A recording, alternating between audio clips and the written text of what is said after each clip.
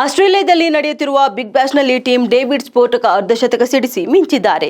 ಬೆಲೆರಿವ್ Oval ಮೈದಾನದಲ್ಲಿ ನಡೆದ ಈ ಪಂದ್ಯದಲ್ಲಿ ಹೋಬಾರ್ಟ್ ಹರಿಕೇನ್ಸ್ ಮತ್ತು ಅಡಿಲೇಡ್ ಸ್ಟ್ರೈಕರ್ಸ್ ತಂಡಗಳು ಮುಖಾಮುಖಿಯಾಗಿದ್ದವು. ಟಾಸ್ ಗೆದ್ದು ಮೊದಲ ಬ್ಯಾಟ್ ಮಾಡಿದ ಅಡಿಲೇಡ್ ಸ್ಟ್ರೈಕರ್ಸ್ ತಂಡವು 20 ಓವರ್ಗಳಲ್ಲಿ 5 ವಿಕೆಟ್ ಕಳೆದುಕೊಂಡು 186 ರನ್ ಕಲೆ ಹಾಕಿತು.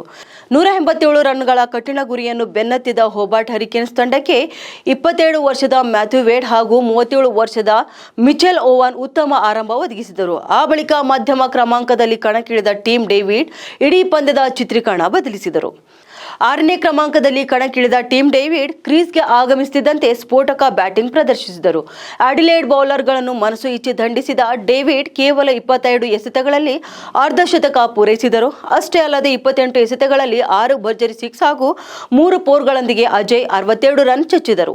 ಈ ಮೂಲಕ 18.4 ಓವರ್ಗಳಲ್ಲಿ 187 ರನ್ಗಳ ಗುರಿ ಮುಟ್ಟುವ ಮೂಲಕ ಹೋಬಾರ್ಟ್ ಹರಿಕೇನ್ಸ್ ತಂಡವು 5 ವಿಕೆಟ್ಗಳ ಜಯ ಸಾಧಿಸಿತು. ಅಂದಹಾಗೆ ಟೀಮ್ ಡೇವಿಡ್ ಈ ಬಾರಿಯ ಐಪಿಎಲ್ನಲ್ಲಿ ರಾಯಲ್ ಚಾಲೆಂಜರ್ಸ್ ಬೆಂಗಳೂರು ತಂಡದ ಪರ ಕಣಕ್ಕಿಳಿಯಲಿದ್ದಾರೆ. ಅದಕ್ಕೂ ಮುನ್ನ ಬಿಗ್ ಬ್ಯಾಶ್ ಲೀಗ್ ಆಡುತ್ತಿರುವ ಟೀಮ್ ಭರ್ಜರಿ ಪ್ರದರ್ಶನದೊಂದಿಗೆ ಅಬ್ಬರಿಸುತ್ತಿದ್ದಾರೆ. ಈ ಅಬ್ಬರವು ಆರ್ಸಿಬಿ ಪಾಲಿಗೆ ಶುಭ ಸೂಚನೆ ಅನ್ನಬಹುದು.